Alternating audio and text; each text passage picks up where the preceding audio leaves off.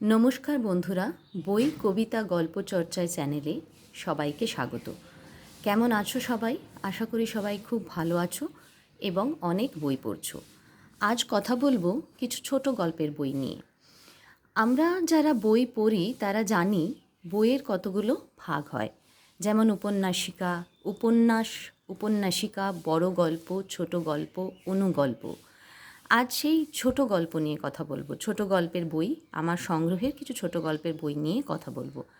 যারা প্রথম বই পড়া শুরু করতে চাইছো বা শুরু করেছো, তারা প্রথমেই উপন্যাস, উপন্যাসিকা, বড় গল্প এগুলোই না গিয়ে ছোট গল্পের বই দিয়ে শুরু করতে পারো। তাতে ধৈর্যও থাকবে এবং পড়ার অভ্যেসটাও তৈরি হবে। আজ প্রথম যে বইটি নিয়ে কথা বলবো সেটা সম্বন্ধে আর বলার কিছু নেই, সে হলো রবীন্দ্রনাথ ঠাকুরের গল্পগুচ্ছ। বইটি বেরিয়েছিল, প্রকাশিত হয়েছে কামিনী পুস্তকালয় থেকে, কামিনী প্রকাশনালয় থেকে, এবং বইটার মধ্যে রবীন্দ্রনাথ ঠাকুরের সমস্ত গল্প একসাথে রয়েছে। এবং এই বইটির পৃষ্ঠা সংখ্যা হলো 847। এই বইটার দাম সম্বন্ধে আমি কিছু বলছি না, কারণ এই বইটা আমি প্রায় 10 বছর আগে কিনেছি। অতএব এখন তো দাম অবশ্যই বেড়ে গেছে, তাই দাম নিয়ে আর কিছু বলছি না। রবীন্দ্রনাথ ঠাকুরের গল্প, ছোট গল্পের সমস্ত এখানে এই বইটির মধ্যে পাওয়া যাবে এবং তোমরা পড়ে দেখতে পারো। গল্পগুচ্ছ খুবই ভালো লাগবে পড়তে এবং পড়ার অভ্যেসও তৈরি হবে। দ্বিতীয় যে বইটি সম্বন্ধে আমি বলবো সেটি হলো সুনীল গঙ্গোপাধ্যায়ের ছায়াদর্শন।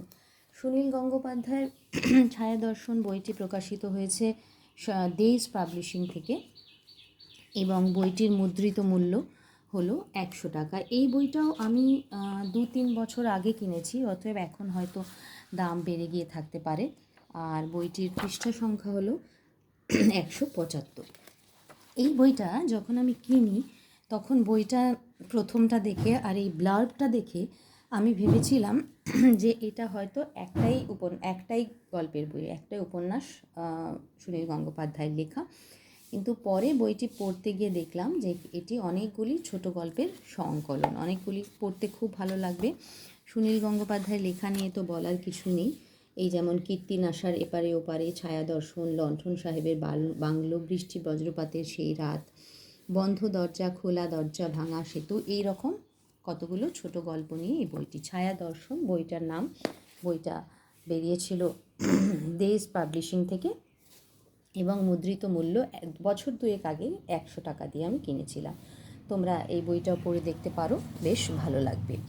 পরের যে বইটা নিয়ে আমি কথা বলবো সেটা হলো শীর্ষেন্দু মুখোপাধ্যায়ের 1 কুড়ি 1 ডজন। এই বইটা প্রকাশিত হয়েছে পত্রভারতী থেকে এবং এই বইটা আমি গত বছর কলকাতা বইমেলা থেকে কিনেছিলাম। এটার মুদ্রিত মূল্য হলো 350 টাকা এবং বইটির পৃষ্ঠা সংখ্যা হলো 223 না, বোধহয় 224। আমি 1 মিনিট দেখে নিই।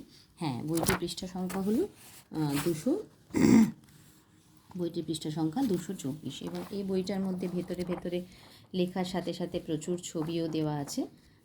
এটাও তাই, 32টা নানা স্বাদের ছোট গল্প এর মধ্যে রয়েছে এবং পড়তে শীর্ষেন্দু মুখোপাধ্যায়ের লেখা নিয়ে তো বলার কিছু নেই, পড়তে খুব ভালো লাগবে।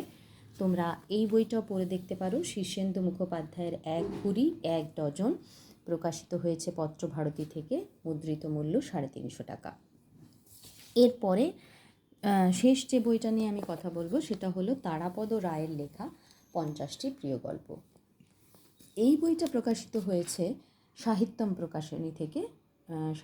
থেকে প্রকাশিত হয়েছে এবং এই বইটাও আমার প্রায় বছর 10 আগে কেনা, সেজন্য আমি বইটার দাম সম্বন্ধে কিছু বলছি না।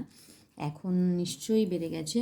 235টি পৃষ্ঠা সংখ্যা 235 এবং এর মধ্যেও তারাপদ রায়ের 50টি নানা স্বাদের ছোট গল্প রয়েছে। তারাপদ রায়ের লেখা এমনিতেই, তারাপদ রায়ের সরস গল্প লেখা পড়তে এমনিই ভালো লাগে এবং এই 50টি গল্প তোমরা পড়ে দেখতে পারো।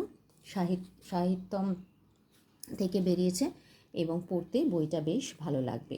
তাহলে আজকে যে বইগুলো দেখালাম ছোট গল্পে, তার মধ্যে তারাপদ রায়ের 50টি প্রিয় গল্প, শীর্ষেন্দু মুখোপাধ্যায়ের 1 কুড়ি 1 ডজন, সুনীল গঙ্গোপাধ্যায়ের ছায়াদর্শন এবং রবীন্দ্রনাথ ঠাকুরের লেখা গল্পগুচ্ছ, এই বইগুলি রইল। নমস্কার। যদি আমার চ্যানেলটা ভালো লাগে বা আমার বইয়ের সম্বন্ধে কথাবার্তা তোমাদের ভালো লাগে, তাহলে দয়া করে তোমরা চ্যানেলে একটা লাইক এবং সাবস্ক্রাইব করে দিও। সকলকে অনেক ধন্যবাদ। টাটা। দেখা হবে আবার পরের একটি ভিডিওতে।